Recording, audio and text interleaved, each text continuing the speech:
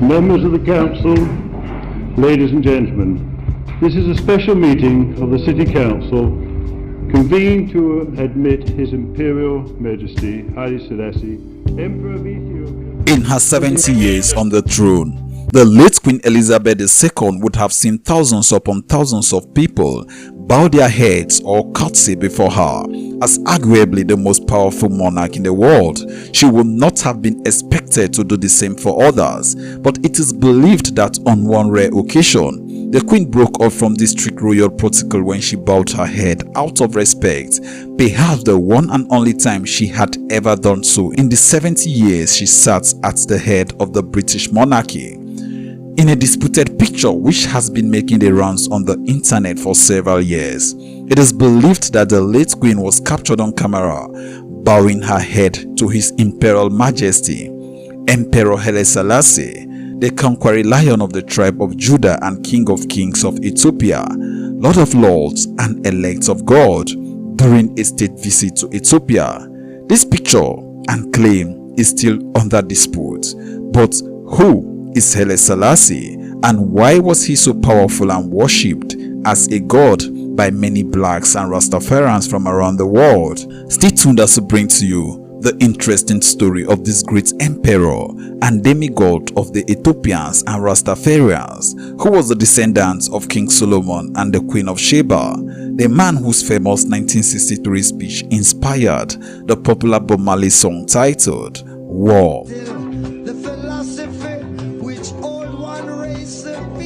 But before we begin, if you're new to our channel, you're highly welcome to Laura Emi TV, and please do also hit on that subscribe button, and do not forget to turn on the notification bell so you can always stay notified and updated whenever we upload a new video. We upload very interesting content every day. Without further ado, let's begin.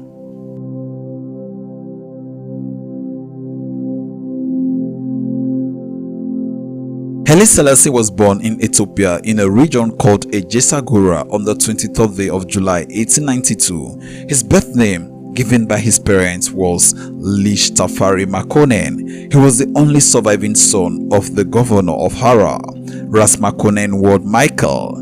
Selassie traced his lineage back to Menelik I, who was credited with being the child of King Solomon and the Queen of Sheba. He was raised a Christian and educated by private European tutors.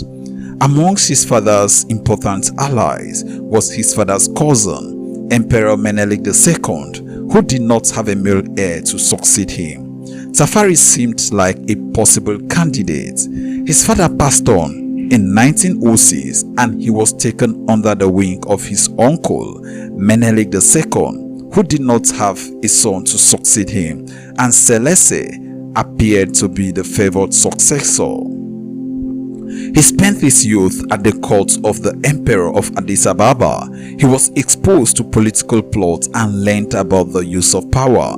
The capacity of his memory, mastery of detail and hard work earned him the position of governor of Gara Muleta in the province of Harar at the age of 14, and at the age of 20, Menelik II appointed him as the commander of the extensive province of Sidamo. However, his anticipated succession of Menelik II never took place, as after the passing of Menelik II in 1913, Menelik's grandson Lish Yasu, who was not a Tafari, succeeded him, but Yasu's religion, Islam, cost him his leadership position as he maintained close ties with Islam in a Christian-dominated country, and he never gained favor with the Christian population of Ethiopia. Selassie became the face of the opposition and later took power in 1916, and he imprisoned Yasu for life. In 1917, Menelik II's daughter, Zauditu, contested the throne and became empress, and Selassie was named regent and the heir to the throne.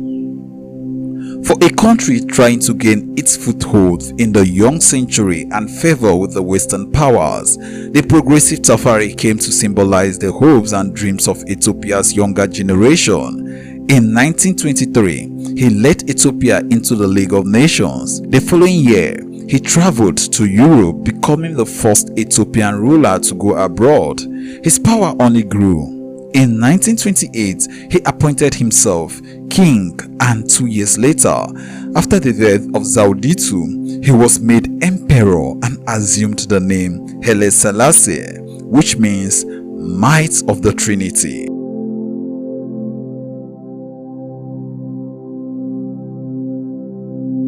Over the next 4 decades, Haile Selassie presided over a country and government that was an expression of his personal authority. His reforms greatly strengthened schools and the police, and he instituted a new constitution and centralized his own power.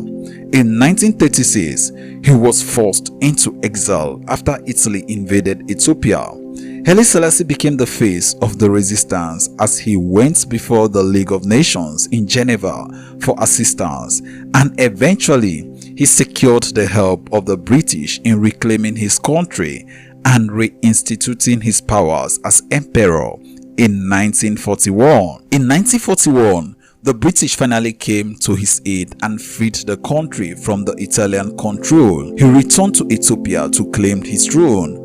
On his return to his country, he found his administration destroyed. He dedicated himself to rebuild his administration and improving Ethiopia's defense. Progressively, many youngsters were sent to study abroad and learn what they could from other countries and cultures. He improved the infrastructure of the country and, backed by the Western powers, managed to build bridges, hospitals, factories, and schools. He was viewed as a reformer by many.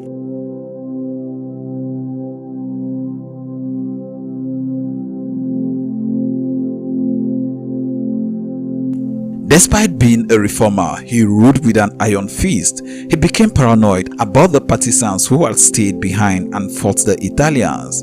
He was intimidated by their bravery and decided to remove them from the position of authority and replace them with those who collaborated with the enemy, that is the Italians, because he knew that they could be kept easily in line and would be open to the method of Selassie. In Ethiopia, all was not well. He suppressed political parties and oppositions. Ethiopian peasants were starved while he was living a lavish lifestyle. Selassie was accused of breeding corruption and the creation of a system in which millions of his subjects lived in poverty and oppression. People struggled to rebel with empty stomachs, and this seemed to suit him. Media was censored and controlled by the emperor, and Western journalists were no longer allowed in the country. The suffering of his subject was finally exposed and caused great embarrassment to his reign. He exercised absolute control and punished those who questioned and undermined his authority. This led to attempt to a government coup in December 1960. The attempt failed and turned into a bloody massacre that sent a message to possible coup plotters of what would happen to them if they tried to topple his government. Haile Selassie again moved to try to modernize his country. In the face of a wave of anti-colonialism sweeping across Africa, he granted a new constitution in 1955, one that outlined equal rights for his citizens under the law, but conversely did nothing to diminish Haile Selassie's own powers. By the 1970s, the situation in Ethiopia had worsened, with unemployment increasing and the government's inability to respond to the country's problem. Selassie's rule was undermined. He lost control over his army, as many left the army over low pay. This weakened his defense, and as a result, he was ousted from power in a coup. He was kept under house arrest until his death in 1975. The cause of his death was disputed. Reports claimed he had died of a natural cause, but another one revealed that he had probably been strangled to death on governmental orders. His remains were discovered in 1992. He received a proper burial in November 2000 in Addis Ababa's Trinity Cathedral. May his soul continue to rest in peace. Amen. He still remains one of the most respected Pan-Africanists to ever exist on the face of the earth.